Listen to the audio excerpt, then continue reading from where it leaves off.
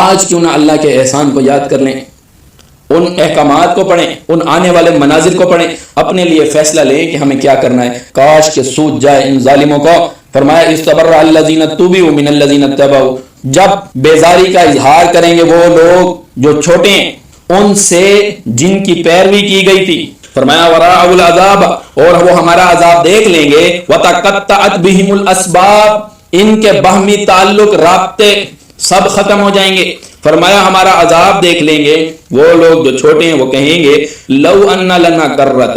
موقع مانگ رہے، مہلت مانگ رہے۔ فرمایا وہ کہیں گے وقال الذین اتبعوا، وہ لوگ جنہوں نے پیروی کی تھی، لو ان لنا کرۃ، آج ہمارے پاس ایک موقع ہوتا نا، فنتبرأ منہم، ہم تم سے ایسی ہی بیزاری کرتے، کما تبرؤوا منا، جیسے تم ہم سے آج بیزاری ظاہر کر رہے ہو۔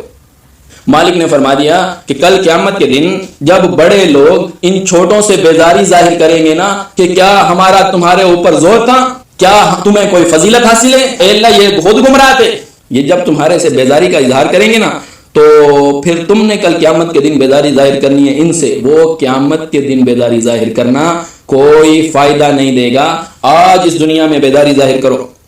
فرمایا وقال الذین اتبعوا، وہ لوگ جنہوں نے پیروی کی تھی وہ یہ کہیں گے لو ان لنا کرۃ، کاش ہمارے پاس ایک موقع ہوتا، فنتبرأ منہم، ہم ان سے اظہار بیزاری کرتے، کما تبرؤوا منا، جیسے آج ہم سے بیزاری ظاہر کر رہے ہیں۔ کذالک یریہم اللہ اعمالہم حسرات علیہم وما ہم بخارجین من النار، یہ اللہ فرما رہا ہے ہم ان کے اعمال کو یوں ہی حسرات بنا بنا کر دکھاتے رہیں گے، اور وما ہم بخارجین من النار، یہ آگ سے نکلنے والے نہیں ہیں۔